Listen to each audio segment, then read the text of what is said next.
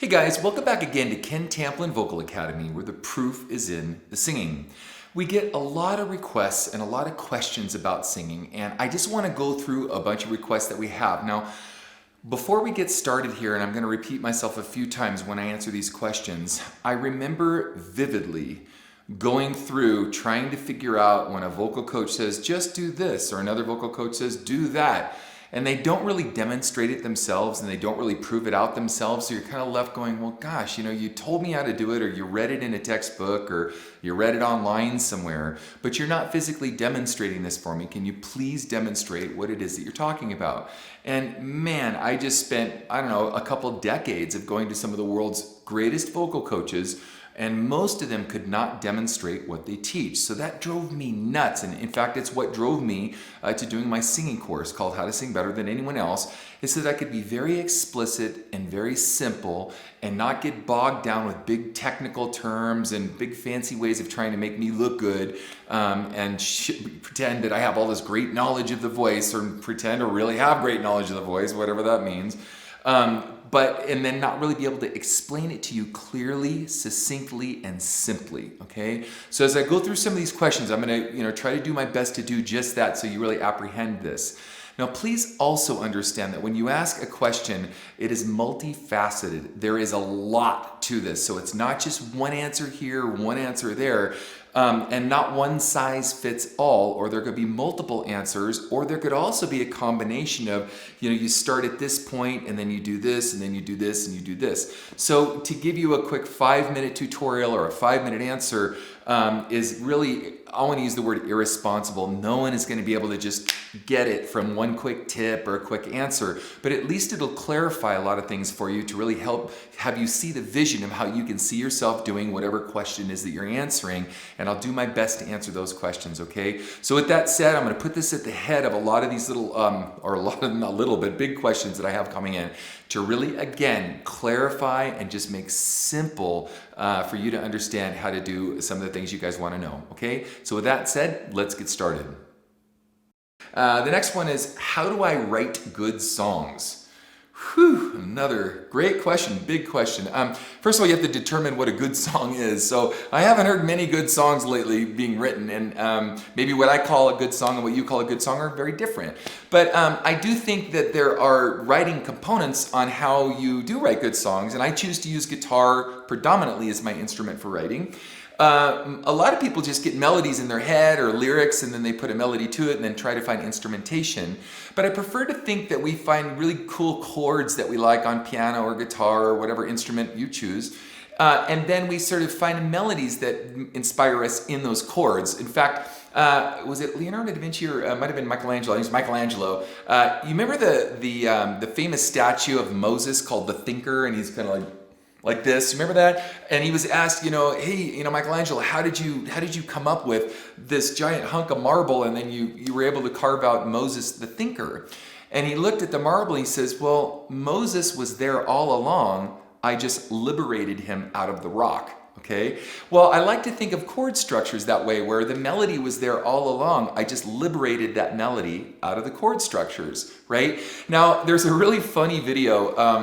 Who was that band? Axis of Awesome was the name of the band. It's been around for a while. They have like 50 million views or more.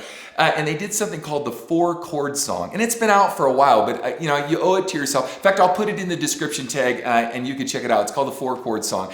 In fact, let me just show you, because they say that, every hit that's been written in the last 40, 50 years or whatever only has 4 chords. And those 4 chords are the following. And by the way, for you that play guitar, this will be easier for you to get. But let's just start with the key of E, Okay, so it's E, B, C sharp minor, and A. Okay, so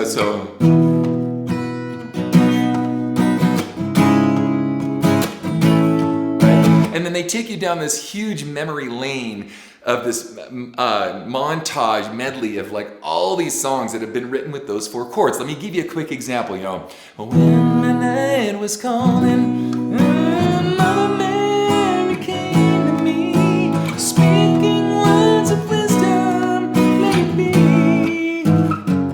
Okay, So there's, you know, the Beatles, for example, right? And they just go through a plethora of all these different songs, and it's awesome. It's really interesting. So let's just start there. So, you know, you can carve out your own melody from going E,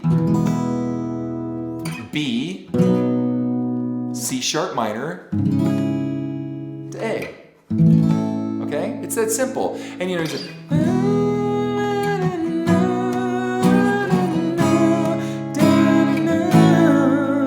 start humming some melodies, or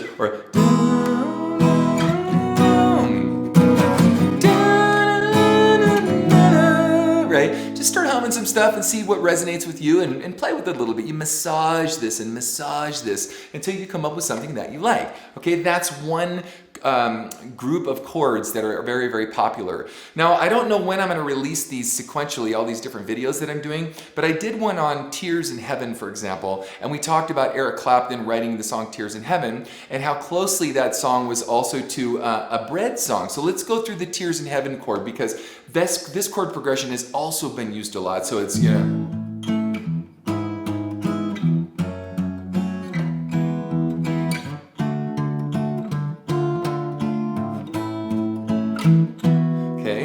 let's break this down. So it's an A, and then this is a fancy way to play an E chord. It's really just G sharp over E. So I could really just go to F sharp minor, back to E again, back to D, or 2D, and then I went D minor because I like the little Beatles kind of thing right there, and then back to A, and E, right? And Ken, whoa, slow down, that's a lot of chords for me. Okay, I'll break it down one more time, and I'm not gonna start teaching you guys a bunch of chords and how to play them. I'm just gonna break down some structure. So for you guys out there that know how to play, you know, so what we did was, you know, so I'll call the chords out when I go along. Okay, here we go. A, E with G sharp in the bass, F sharp minor, back to E, to a D, D minor, to A, to E, okay? Now, another important thing is you can carve out these melodies over this chord structure, right? Well, chords can sound very, very different depending on the voicing of how you play them. And that's also very important because that will inspire you for different melodic ideas as well. Because if I just went like that, right? And then I went, that's very different. It kind of sounds like the 4-chord song. It's very different than the melody. So, you know, in fact, if you get a chance, and if I do this video in time, and I can put this in the description tag, take a look at what I did with the Tears in Heaven song, so I don't have to redo that, and the Bread song back to back, because I want to get to more chords that we can use. So that's yet another very well-known, very used thing. Now, in the world of James Bond or those kinds of chords, there are a lot of people that do stuff like this. So.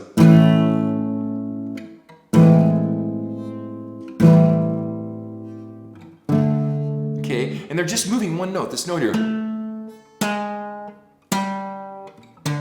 Okay, so let me just do this again. It's an A minor, and then you have the root note that's dropped down a half step, G sharp, to the G, to the D. Now, why is this important? Well, come to find out, that's actually how the Beatles like to write a lot of stuff. So instead of doing this in A minor, I'm actually gonna do this in a major key to drive this home, okay? No, wait, let me stay in a minor key for a second, and then I'll do the major key in a second, because they're two different chord structures. So you have this here.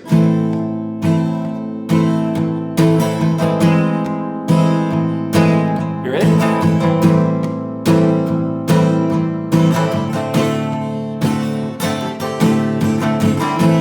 What would you be without me? And what would you know without me? And who would you see? Right now, that's not a song I've ever written before. It's nothing I've ever heard. It just came in the top of my head. Now, I do have a really good sensibility about melodies, so I'm able to come up with melodic things pretty easy. For some reason, I've just been given that gift. But I did have to work at it. Like a long, long time ago, I didn't just, these voices started popping in my head. Well, maybe voices did stop popping in my head, but it wasn't melodies they were saying. Anyway, that's a story for another day. But no, seriously, so, you know, down, won't you? You see the town, I walk away.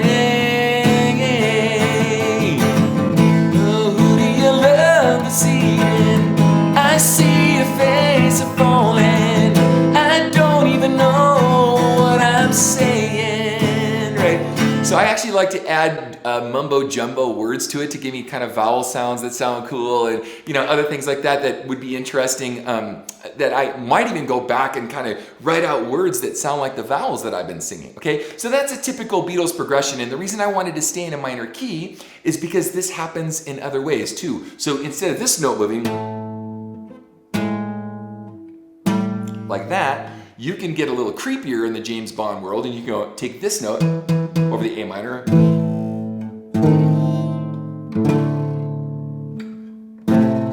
Right? So the movement of it is right. So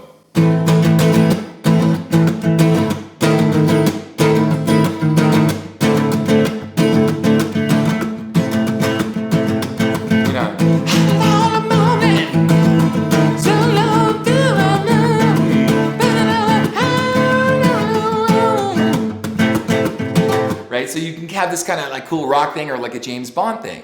Now the movement is interesting because it's only one note making all the difference in the world in the change of that chord, okay? By the way, I have a singing course. It's called How to Sing Better Than Anyone Else. You're saying, Ken, you're supposed to be teaching us about singing. Well, I actually have a huge tutorial on this in my singing course of how to write songs. And I use these progressions and I walk you guys through some melodies and stuff on how you too can dip your feet into songwriting. So now let's do the same thing again on that same note. And this time we're just gonna move it up the scale. We're gonna ascend the scale rather than descend the scale. So same note over A minor.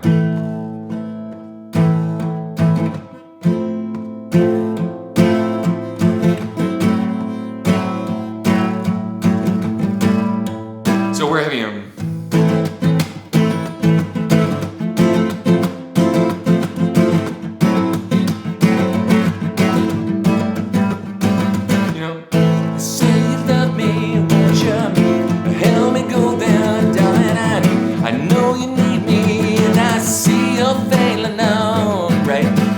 you can just kind of again carve out a melody in that, and that's the minor key version of what I'm about to show you that happens in a major key. Okay, so in a major key, let's change the chords themselves. Instead of playing A minor, I'm just going to play an E chord. Okay, so here's an E chord, right? And you're going to remember this. All I'm going to do is I'm going to take this note right here, right, and I'm going to take that note and I'm going to drop it a half step, and then I'm going to drop it another half step. So this note here,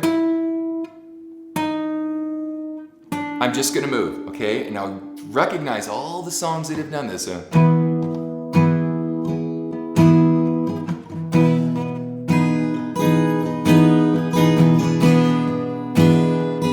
Right, so something in the way she moves, right? Right, recognize that song? Or so kiss me.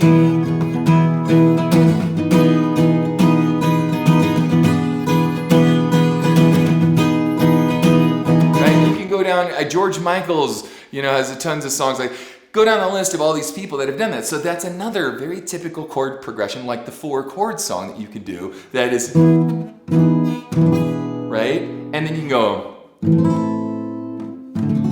add a couple more chords to kind of make it tasty at the end. A lot of good songwriting, Elton John, Robbie Williams. A lot of people use these great chord structures like this.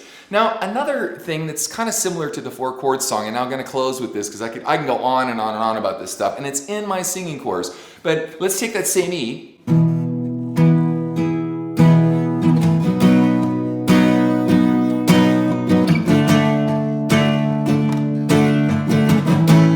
Right. Okay, so it's E, B. Oh, you know what I meant to do? Sorry, guys. Rewind. I meant to name these chords. So this one was an E major 7, an E7, an A minor, D7.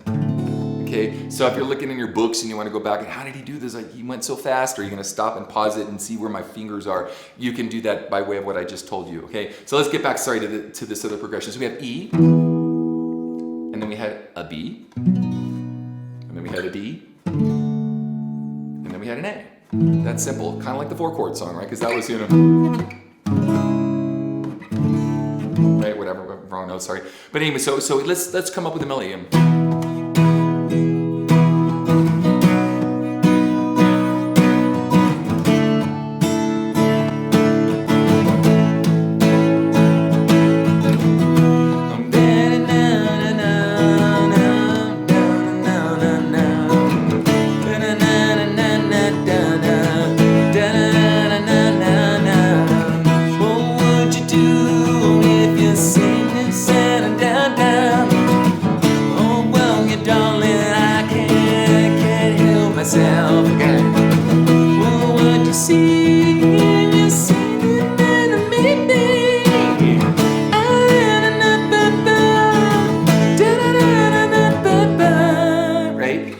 so there's that progression, and yeah, it's a little pitchy here and there, who cares? But now I'll take the same progression and I'm only going to change one chord, okay? Now, actually, I'm not even going to change the chord, I'm just going to change one note in a chord. So we have this E.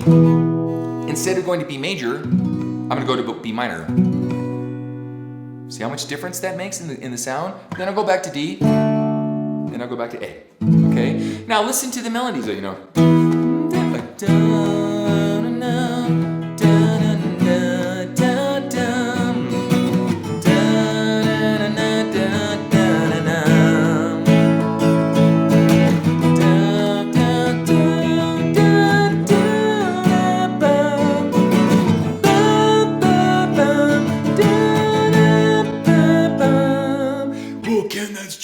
Did you just come up with that? Well, I did, but actually all I did was take the arpeggio or the triad, the 3 notes of the chord, and I just came off it so it's like.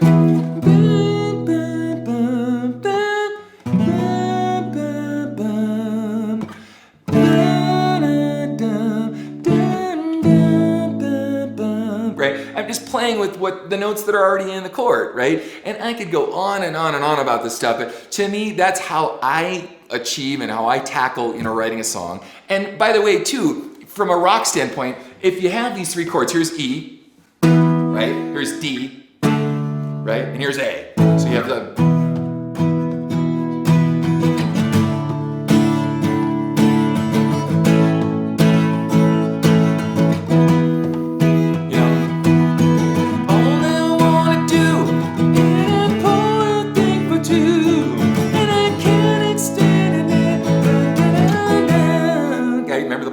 Song, right? Okay, no, so here we have those chords, right? And that's the way they interpreted those chords. Well, AC/DC saw it a little differently. Right? They saw it completely differently. It's the same chord. Remember how I said when you change the voicing of a chord, it can sound very different? So there's a still E down here. Right, so. And so the way they interpret it, because the rhythm is different and the way they approached it, and